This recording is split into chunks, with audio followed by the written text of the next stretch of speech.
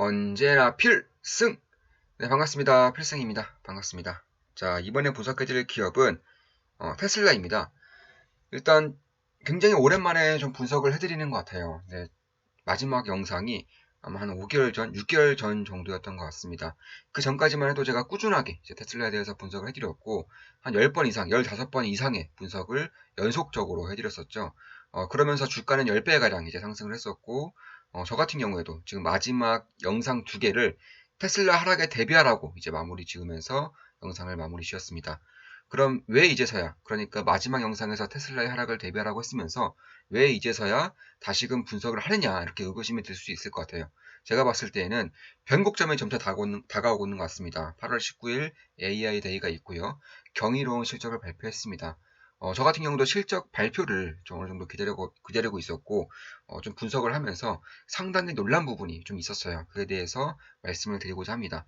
지금 보시면 2월 23일 글, 네, 2월 23일 영상이 마지막 영상이고, 테슬라 하락 적중, 앞으로의 향방과 대응 전략에 대해서 말씀드렸습니다. 예, 그 당시에 테슬라의 하락을 저는 예상을 했었고, 저도 그 당시에 이제 매도를 했었죠. 예, 그 당시에 테슬라의 주식을 매도를 하면서 이제 다시금 이제 지켜볼 때가 오고 있는 것 같다. 이렇게 말씀을 드리고 싶습니다. 물론 제 모든 영상은 제 매도, 예, 추천 리딩 아닌 거 다들 알고 계시죠? 예, 참고하시면 되겠습니다. 보시면 마지막 영상을 714달러대에서 이제 마무리 지었고, 그 이후에 이제 지지부진한 흐름을 보이다가 다시금 695달러 정도까지 상승을 해주면서 변곡점이 점차 다가오고 있는 것이 아닐까 개인적으로 드는 생각입니다. 일단 실적 발표를 좀 간단하게나마 살펴보겠습니다. 어마어마하죠. 네, 다른 기업들은 넘보지 못할 정도의 영업이익률을 냈습니다. 자동차 판매의 수익, 자동차 판매의 마진이 무려 28.4%예요. 참고로 이제 자동차, 그러니까 내연기관 자동차 혹은 전통적인 자동차 기업 중에서는 가장 강력한 영업이익률을 내고 있는 기업이 GM이죠, GM. 대략 한 9.4% 정도 됩니다. 현대차 같은 경우는 높은 편은 아니지만 현대차는 대략 한 5.7%. 상대가 안 됩니다. 예, 상대가 안 돼요. 근데 이런 과정에서도 테슬라는 현재 고가 정책을 펼치지 않고 있어요. 오히려 특히 이제 저가형 제품 같은 경우에는 가격 인하를 단행할 수 있다는 그런 시그널을 가끔씩 이제 주고 있는데 그럴만 하죠. 그럴만 합니다. 참고로 테슬라에서 이제 마진율을 이제 20%까지만 줄이더라도 이런 GM이라던가 현대차 같은 경우에는 거의 대응이 안 될 정도의 수준으로 좀 하락할 수 있다는 점도 이 테슬라의 무서운 점이 아닌가 개인적으로는 그렇게 보고 있습니다. 특히나 이제 기가 텍사스라던가 혹은 이제 기가 베를린 이런 새로운 공장들이 올해 하반기부터 한 예상으로는 10월 전후로 예상되어 있어요. 그래서 10월, 11월쯤부터 공장 가동이 시작된다면 규모의 경제를 통해서 더욱더 높은 영업이익률, 영업마진을 달성할 수 있다는 점에서는 상당히 고무적인 행보를 보이고 있다. 현재 이제 하드웨어 쪽에서는 가장 압도적인 영업이익률과 가장 압도적인 경쟁력을 가지고 있는 기업이 바로 애플이죠, 애플. 애플의 아이폰 영업이익률이 대략 한 40% 전후입니다. 현재 테슬라는 28%이고 가장 큰 공장이 텍사스에서 지어질 예정이기 때문에 30% 이상까지는 어렵지 않게 올라갈 것 같아요. 그만큼 이 테슬라가 왜 제2의 애플이라고 불리우는지를 실적을 통해서 지금 보여주고 있는 겁니다. 저 같은 경우에도 오래전부터 이제 테슬라 같은 경우는 제2의 애플이 될 수 있는 몇 안 되는 기업 중에 하나다라고 지속적으로 말씀을 드렸었죠. 그 외에도 이제 FS라던가 혹은 에너지 사업이라던가 이런 것들을 전부 다 합쳤을 때 영업이익률은 약간 11%예요. 그러니까 에너지 사업이라던가 이런 것들은 여전히 좀 적자를 내고 있는 것은 맞지만 FSD 베타가 일단 완성도를 높여가고 있어요. 특히 구독자들에게 이제 구독 시스템을 이제 선보이고 있고 그리고 그 외에도 판매도 이제 직접적으로 하고 있습니다. 이런 것들에 대비해서도 결국에는 이런 사업 마진율도 그리고 가면 갈수록 태양광 모듈이라던가 혹은 자동 충전이라던가 이런 것들도 진출을 하고 있는 상황이기 때문에 여기에 대한 실적도 개선이 된다면 생각보다 빠르게 테슬라의 실적이 올라갈 수 있겠다라고 보고 있는 겁니다. 간혹가다 이제 들리는 그런 자료들을 보면 2025년도, 2026년도에는 도요타의 전 세계 1등 자동차 기업이죠. 도요타의 영업이익을 실적을 뛰어넘을 것이다라는 예상이 있어요. 만약에 그렇게 된다면 현재 도요타의 영업이익 기준으로 단기순이익 기준으로 약 한 30조 원 내외입니다. 근데 2025년 정도까지만 해도 30조 원을 이제 설사 최악의 상황에서 30조 원에서 더 이상의 성장이 없다고 해도 테슬라의 실적이 30조 원까지 올라온다면 지금 시가총액 기준으로는 PER이 대략 한 25 내외로 이제 많이 하락하게 되는 거겠죠. 여기에서 이제 자율주행 시스템이라던가 혹은 에너지의 차저라던가 혹은 더 나아가서 여러 가지의 시스템들을 이제 선보이게 될 경우에는 훨씬 더 높은 그런 성장률을 보일 수 있는 그런 가능성이 꽤나 크다 이렇게 보고 있습니다. 특히 이제 테슬라에 대해서 꽤나 좀 반대적인 의견, 뭐 저도 그랬어요. 저 같은 경우에도 이제 마지막에 두 개의 영상을 찍어 드리면서 지금 보시면 뭐 이때라던가 그리고 이때 영상을 좀 찍어 드리면서 테슬라의 실적이 사실상 그렇게 고무적이지가 않다라고 말씀드리면서 가장 대표적인 이유 중 하나가 바로 탄소 배출권이죠. 탄소 크레딧이 없다면 수익을 낼 수가 없다. 적자를 탈피하지 못하는 수준이다라고 말씀을 드렸었습니다. 그런데 이런 것들이 점차 깨지고 있어요. 완전히 깨졌다고 봐도 무방하죠. 올해 실적을 대비해서 이제 완전히 깨졌다라고도 무방하고요. 특히 이제 탄소 크레딧 판매량도 오히려 줄었어요. 오히려 전분기 대비해서 판매 수익이 17%가 줄었습니다. 그럼에도 불구하고 실적은 폭등했죠.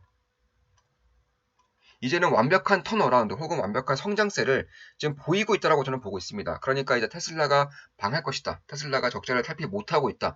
테슬라의 수익은 거짓말이다. 과장이다. 이런 것들이 이제는 더 이상 통하지 않게 되는 시기가 진짜로 왔다는 겁니다. 그에 더해서도 이제 내년에는 뭐 사이버 트럭이라던가 혹은 세미 트럭 이런 것들이 이제 양산이 되고 판매가 될 계획이고 그와 더불어서 올해에는 기가 베를린, 텍사스 이런 이제 대규모 공장들이 연내부터 그러니까 올해부터는 작동이 될 것이기 때문에 이에 대한 기대감을 안 가질 수가 없는 거예요. 특히 이제 AI 데이를 앞두고서도 이 FSD 그리고 자율주행에 대한 그런 시대를 점차 열어나가는 기업이 테슬라가 될 가능성이 상당히 높다는 점도 지금의 고평가를 어느 정도는 상쇄시켜주고 있다 이렇게 보고 있습니다.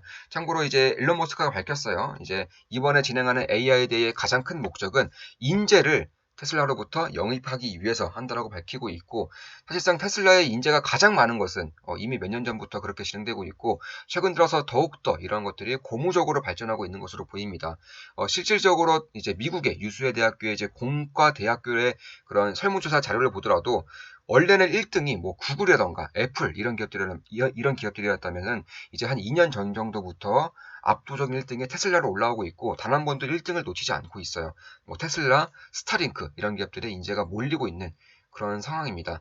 따라서 그런 것을 봤을 때에도 FSD가 점차 개선됨에 따라서 뭐 물량은 점차 증가되겠죠. 이제 테슬라 판매량이 압도적으로 증가되고 있고 그뿐만 아니라 기 보유자들, 테슬라의 기 오너들도 이 FSD 성능이 개선된다면 당연히 구독할 수 있는 확률이 높아지기 때문에 여기에 대한 수익이 증가될 수가 있다는 거예요. 특히나 보통의 자동차 회사들, 현대차라도 마찬가지고 GM도 마찬가지고 도요타도 마찬가지입니다. 보통의 자동차 회사들의 옵션은 원가가 있다는 거예요. 원가가. 뭐 자동차의 가죽을 바꾼다던가 혹은 썬루프를 단다거나 뭐 여러 가지 등을 이제 단다거나 이런 식의 원가 옵션이 있음에도 있는 반면에 테슬라의 FSD는 가격이 제일 비싸면서도 판매할 경우에는 1,000만 원입니다. 가격이 제일 비싸면서도 원가가 없어요. 원가가 없습니다. 그만큼 압도적인 영업이익률을 앞으로 더 키우면 키웠지 줄어들 가능성은 별로 없다. 이렇게 보고 있는 겁니다. 따라서 이런 것만 보더라도 결국에는 꽤나 좀 고무적인 성과가 있을 수 있다. 특히 이제 좀 잊혀지고 있는 것 중에 하나가 있죠. 작년에 제가 분석해드린 내용인데 배터리 대회가 작년에 있었습니다. 2020년 9월에 이제 9월에 배터리 대회가 있었는데 그 당시에는 꽤나 실망스러운 그런 반응이 있었어요. 그래서 제가 봤을 때에는 그때 이후로 테슬라의 이런 배터리 내재화 기술이 상당히 발전되고 있는 것으로 보입니다. 대략 2023년부터는 상용화 될 것이다. 무엇이 테슬라의 자체 배터리 설계 기술이 쉽게 뭐 배터리 4680, 4680이 상용화 될 것이다라는 그런 예상이 점차 많아지고 있습니다. 실질적으로 이 테슬라의 4680 배터리를 생산하기 위해서 삼성 SDI, LG 에너지 솔루션, 파나소닉이 전부 다 붙었어요. 여기에 대한 양산 능력을 갖추기 위해서 최선의 노력을 다하고 있습니다. 이미 이 3사가 밝히고 있습니다. 물론 삼성 SDI 같은 경우는 테슬라의 공급업체가 아니죠. 그럼에도 삼성 SDI로부터 이런 식의 러브콜을 받고 있고요. 그리고 삼성 SDI도 투자를 강행하고 있는 이유 중에 하나가 바로 CATL. 이 CATL이 4680에 대한 그런 벤더사로는 탈락할 가능성이 꽤나 높다는 점 때문에 그런 거예요. 왜냐하면 이 4680은 원통형이죠, 원통형. 근데 CATL은 원통형 배터리를 생산하지 않습니다. 그래서 이쪽을 이제 삼성 SDI가 대체될 가능성이 조금이라도 좀 있기 때문에 이런 식의 러브콜과 공격적인 미국 공장에 대한 투자를 진행하고 있다라고 봐도 무방할 정도로 꽤나 강력한 시그널을 혹은 강력한 그런 이슈를 이제 보일 수밖에 없어요. 실제로 삼성 SDI가 미국에 공장을 짓는 것만큼은 아직은 수요가 나타나지 않고 있는 것도 이런 것들을 미리 염두에 두고 있기 때문에 어느 정도의 빈 공간, 공석을 마련해 두는 것이 아닌가 이런 전문가들의 의견도 있습니다. 제가 봤을 때도 신빙성이 없진 않아요. 왜냐하면 CATL이 탈락될 경우에는 삼성 SDI만큼 그 자리를 제대로 메워줄 만한 배터리 기업이 사실상 전마다고 봐도 무방하기 때문에 그런 것이죠. BYD 같은 경우에도 사실상 삼성 SDI 원통형 배터리보다는 여기에 대한 기술력이 떨어지는 것이 당연하기 때문에 그러한 것들에 대한 기대감이 저는 살아있다고 보고 있습니다. 따라서 삼성 SDI 같은 경우도 만약에 투자자라면 여기에 대한 이슈를 꽤나 깊이 분석해 볼 필요가 있다. 저는 개인적으로는 그렇게 보고 있어요. 그러면 이런 질문을 하시는 분들도 계셨어요. 그러니까 테슬라의 4680이 배터리 내재화가 성공한다면 왜 굳이 뭐 삼성 SDI라던가 뭐 LG라던가 아니면 파나소닉 같은 이런 벤더사를 쓰느냐, 자신이 직접 이제 생산까지 하게 될 경우에는 엄청나게 마진율을 높일 수 있는데 왜 그런 거냐 이런 이제 의구심이 들 수 있는 거예요. 그런데 자, 애플 같은 경우도 아이폰의 칩을 자체 설계합니다. 그런데 생산은 누가 하죠? TSMC가 하죠. 똑같은 거예요. 테슬라 같은 경우에도 특히 초기에서는 일탁 생산을 할 수밖에 없겠죠. 왜냐하면 테슬라의 자체 생산으로 전환되더라도 꽤나 먼 미래의 일이 될 수밖에 없는 이유가 배터리 생산량을 테슬라가 판매되는 그런 양까지는 커버할 수가 없는 거예요. 그러니까 설사 테슬라에서 설계를 할 수 있는 것이고 생산까지 할 수 있는 기술력을 갖고 있다고 한들 이러한 이제 공장도 새로 세워야 되는 것이고 특히 설계와 생산의 기술력은 완전히 달라요. 설계할 수 있다고 해서 생산할 수 있는 것이 아니고 생산할 수 있다고 해서 설계할 수 있는 것이 아닙니다. 완전히 다르죠. 그래서 그런 것을 그렇기 때문에 이제 반도체도 파운드리 그리고 팹리스 이렇게 나눠져 있는 것들도 다 이런 이유 때문입니다. 배터리도 크게 다르지 않기 때문에 결국 이쪽에 대한 협업이 저는 점차 이루어질 것이라고 보고 있는 것이고 4680에 대한 설계가 완료되고 예상대로 2023년부터는 양산화된다면 배터리의 효율이 상당히 좋아질 수 있어요. 퀀텀 점프를 할 수 있게 된다는 겁니다. 그만큼 지금의 압도적인 전기차 밸류에이션, 압도적인 밸류차의 성장성을 테슬라가 가지고 가고 있지만 여기에 대한 양산이 시작될 경우에는 이 격차가 더욱더 벌어질 가능성이 높다는 점도 테슬라의 투자를 염두하고 있는 이제 그런 분들은 꽤나 좀 볼 수 있는 그런 것들이 된다 이렇게 보고 있습니다. 따라서 이제 삼성 SDI 같은 경우에도 미국의 첫 번째로 배터리 공장을 대규모로 짓고 있지만 여전히 수요가 따라오지 않는다라는 그런 의구심으로 인해서 주가가 이제 지지부진해진다거나 혹은 하락을 할 경우에는 오히려 역발상을 좀 할 수 있는 그런 이슈가 될 수도 있다. 저는 개인적으로는 그렇게 보고 있습니다. 테슬라에 대해서 가장 강력하게 이제 좀 비판적으로 보는 분들의 의견도 좀 보면은 사실 이런 것들도 있어요. 어떤 것이 있냐? 테슬라의 임원진들이 줄퇴사하고 있어요. 퇴사하는 것뿐만 아니라 실제로 테슬라 주식을 다 팔고 있습니다. 최근에도 테슬라의 이제 주요 임원이 이제 3천억 원 가량의 스톡옵션, 그러니까 테슬라의 주식을 전부 다 팔았어요. 전량 매도하면서 사퇴했죠.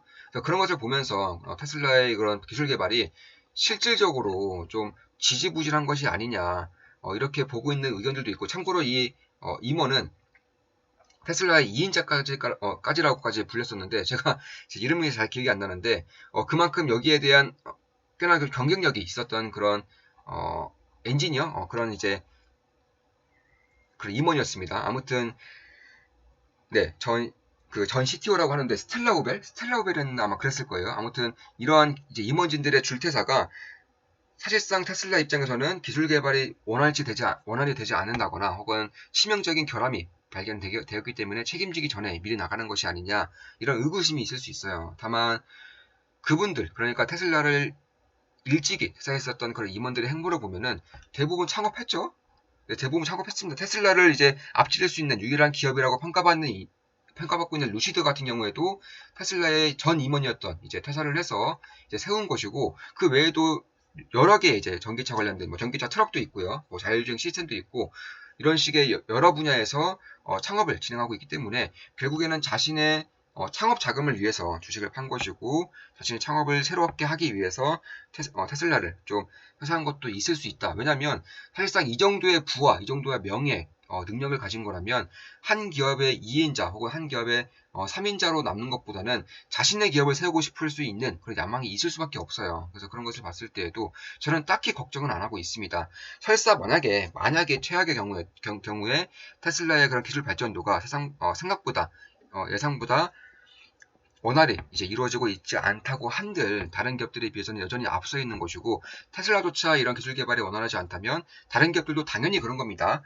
뭐든지 절대적인 것이 아니라 상대적인 것이 상당히 크기 때문에 결국에는 다른 기업들의 기술 개발도 이제 예상보다는 느려진다는 것이고 상대적인 것을 봤을 때에는 그다지 이제 큰 악재가 아닐 수 있다. 물론 이런 것들이 이제 늘어진다고 해서 뭐 테슬라 자동차량이 판매량이 갑작스럽게 준다거나 브랜드력이 떨어진다거나 그런 건 아니죠.